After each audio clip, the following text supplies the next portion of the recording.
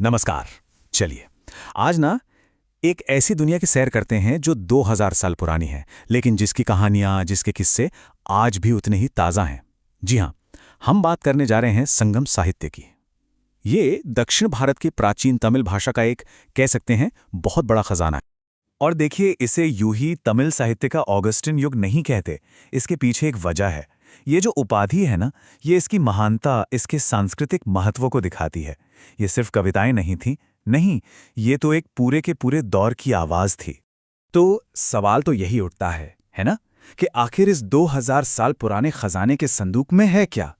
चलिए, आज के इस पड़ताल में हम मिलकर इसे परत दर परत खोलते हैं और देखते हैं कि अंदर क्या क्या छुपा है। अब किसी भी खजाने को खोलने के लिए सबसे पहले क्या चाहिए? एक चाबी। और इस साहित्य को समझने की पहली चाबी है इसके समय और समाज को समझना। मतलब, हमें यह जानना होगा कि आखिर ये साहित्य किस दुनिया में, किस माहौल में रचा गया था। एक बात तो साफ है, ये साहित्य कोई एक दिन में या एक साल में नहीं लिखा गया। नहीं, बिल्कुल नहीं। इसकी जड़ें तो समझिए शुरुआती ईसाई युग तक जाती हैं। फिर दूसरी शताब्दी ईस्वी के आसपास की कुछ रचनाओं का भी जिक्र मिलता है, और आखिरकार 300 से 600 ईस्वी के बीच इन सब को एक साथ संकलित किया गया। मतलब ये सदियों की सोच और कला का एक निचोड़ है। और पता है संगम साहित्य की सबसे मजेदार बात क्या है? ये सिर्फ ऊंची ऊंची दार्शनिक बातों या धर्म तक ही सिमटा हुआ नहीं था। अरे नहीं, ये तो उस जमाने की रोजमर्रा की जिंदगी से जुड़ा था, बिल्कुल जमीन से जुड़ा हुआ। सरकार कैसे चलती थी, लड़ाइयां क्यों होती थीं, व्यापार कैसा था, खेती बाड़ी, मतलब सब कुछ जो असल दुनिया में होता है। तो चलिए, अब इस खजाने की अगली परत को खोलते हैं। ये परत हमें सीधा संगम कविता के दिल में, उसके केंद्र में ले जाएगी। देखिए, ये कविता जो थी ना, वो मोटे तौर पे दो हिस्सों में बंटी हुई थी। ये दो हिस्से थे, अकम और पुरम। अच्छा, अकम का मतलब है अंदर की दुनिया, यानी हमारी अपनी दुनिया, जिसमें प्यार, रिश्ते, हमारी अपनी भावनाएं, ये सब कुछ आता था। और फिर था पुरम, यानी बाहर की दुनिया। इसमें क्या था? इसमें थे युद्ध, राजाओं की बहादुरी के किस्से, समाज के प्रति हमारे कर्तव्य।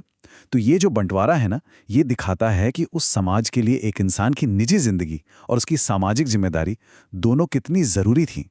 वो इन दोनों को एक ही सिक्के के दो पहलू मानते थे, एक के बिना दूसरा अधूरा। ठीक है, तो अब तक हमने कविता को समझा। अब जरा इस खजाने में और गहरे चलते हैं और उन दो मजबूत खंभों को देखते हैं जिन पर ये पूरी की पूरी साहित्यिक परंपरा टिकी हुई है। इनमें से पहला है तोल्काप्पियम, और ये सिर्फ एक किताब नहीं है, ये आज तक हमारे पास मौजूद सबसे पुराना तमिल व्याकरण का ग्रंथ है। मतलब, ये वो बुनियाद है, वो ढांचा है जिस पर पूरी तमिल भाषा और उसका साहित्य खड़ा है। और दूसरा स्तंभ है तिरुकुरल। ये एक तरह से जीवन जीने की गाइड बुक है, एक ऐसा दार्शनिक ग्रंथ जो धर्म, अर्थ और काम, यानी जीवन के हर पहलू पर सही रास्ता दिखाता है। वाकई में ये जीवन जीने की कला सिखाता है। इसका महत्व आप बस इसी बात से समझ लीजिए कि इसे तमिल भूमि की बाइबल तक कहा जाता है। जरा सोचिए, ये एक लाइन ही इसके गहरे नैतिक और सांस्कृतिक असर को बताने के लिए काफी है।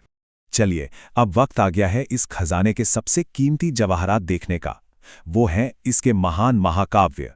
ये वो कहानियां हैं जो उस पुरानी दुनिया में जैसे जान डाल देती हैं, उसे हमारे सामने लाकर खड़ा कर देती हैं। इनमें सबसे मशहूर है सिल्लप्पदिकारम। इसका मतलब होता है रत्न जड़ित पायल की कहानी। ये कहानी है कोवलन और उसकी पत्नी कन्नगी की, एक बहुत ही दर्द भरी कहानी। होता यह है कि कोवलन को धोखे से, अन्याय से मार दिया जाता है। इसके बाद कन्नगी का जो गुस्सा फूटता है ना, वो पूरे साम्राज्य को हिलाकर रख देता है, और वो न्याय के लिए लड़ते लड़ते सतीत्व की देवी बन जाती है। और सिलप्पदिकारम की कहानी जहां खत्म होती है, वहीं से शुरू होती है मणिमेखले की कहानी। ये कोवलन की बेटी की कहानी है। और ये महाकाव्य एक कहानी के जरिए बौद्ध धर्म के सिद्धांतों को समझाता है। ये हमें उस दौर की आध्यात्मिक दुनिया की एक झलक दिखाता है। तो इन महाकाव्यों का असर देखिए कितना गहरा पड़ा।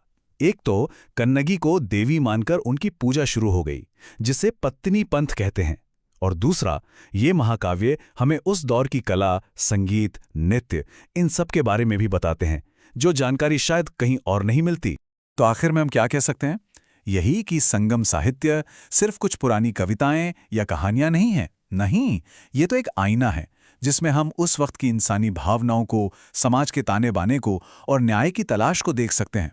और ये आज भी हमें सोचने पर मजबूर करता है कि 2000 साल गुजर जाने के बाद भी प्यार, इंसाफ और फर्ज की ये पुरानी कहानियां हमारे आज के जीवन के बारे में हमें क्या सिखा सकती हैं।